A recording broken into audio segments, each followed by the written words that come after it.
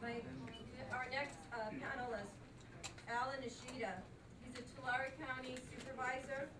He's actively farming on the east side of the Central Valley and has firsthand experience and knowledge of the devastation that this Congress-created water crisis is causing to the farms, residents, counties, and cities. It's just a pleasure to have him here. I also, this is, when we talk about Congress, we have elected officials who know the situation very well. Miller and Pelosi stopped, they blocked a legislation coming to the fore so that they could suspend the Environmental Protection Act, or not, the Endangered Species Act, to bring water to the farmers. We have Costa, we have Cardoza.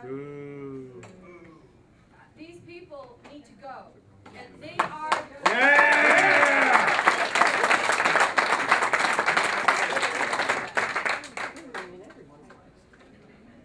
Thank you. First thing I'd like to ask is, how many of you are from the Valley? Boy, I'm talking to the choir. And I also want to explain today that I'm a little overdressed, and that was pointed out earlier.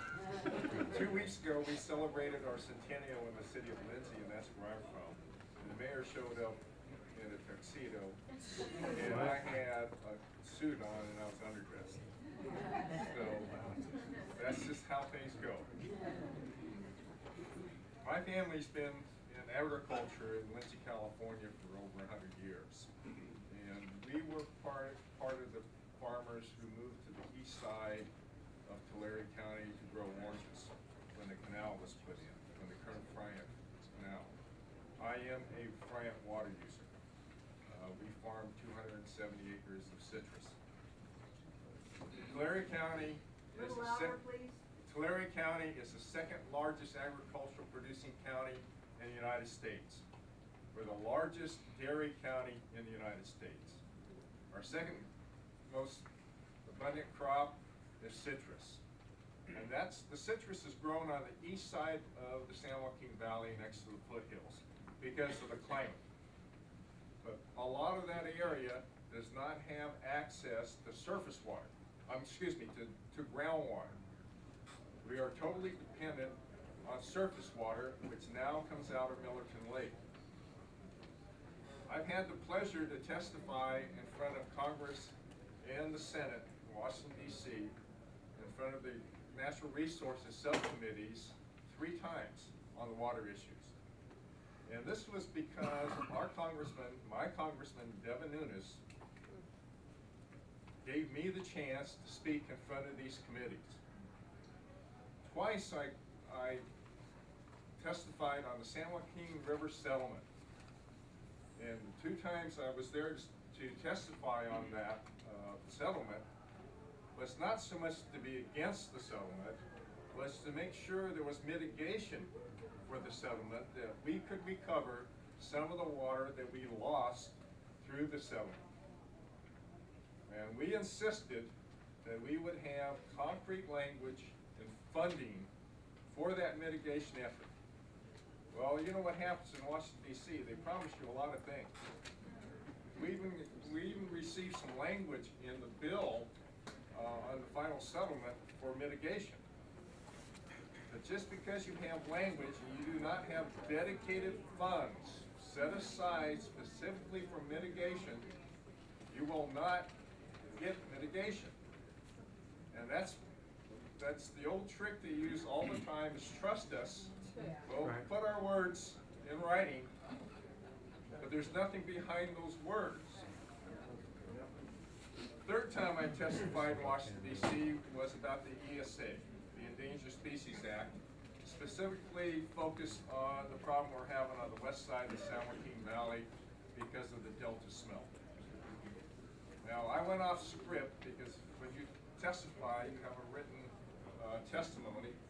So I gave him the written testimony, and I talked about something that was a little different, and I think Devin was surprised. I talked about dust. You talk about the environment. When you put all this land out of production, especially on the east side, you have a particulate matter problem called dust. Now, I I learned that when I was with the United States Department of Agriculture in Kern County in 1971. We had a 100-car pileup on I-5 because the land we took out of production, we had to clean till, and the wind blew and we had a dust storm.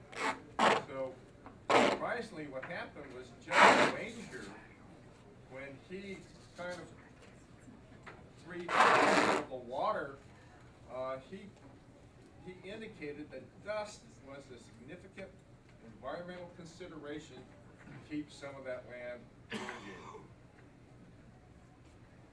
I'm going to talk a little bit different than probably my fellow panelists are, because I am an elected official. And what I see is that if we talk in the terms of agriculture, and we need water for agriculture, and that is our main message, we're going to lose. The water issue is much bigger than agriculture. We have to engage a lot more people than farmers. Now, if you talk to people who aren't farmers, if they think you own anything larger than a house lot, you're rich. And that's the perception. Acreage means wealth. But as we know, that's not necessarily true, because we're losing a lot of farmers right now. So we have to engage the mountain communities, the mountain supervisors, the mountain people that live along the Sierra Nevadas to support a comprehensive water policy. Because when I served on the Sierra Nevada Conservancy Board, it's very obvious that 60% of our water that we use in California originates in the Sierra Nevadas. The main issue that we have in the Sierra Nevadas is fire. We have not managed our forest lands properly.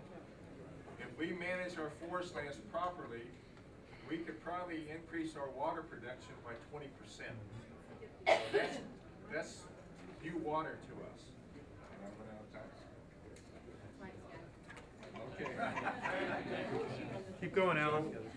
Really what I want to say is that I know I'm a farmer on the east side, and because of the Delta smelt issue and the salmon issue, we could be the next Mendota. Yep. And I keep telling everybody on the east side is dependent on Friant water that we will be the next Mendota unless we have a comprehensive solution to this water plant. So thank you.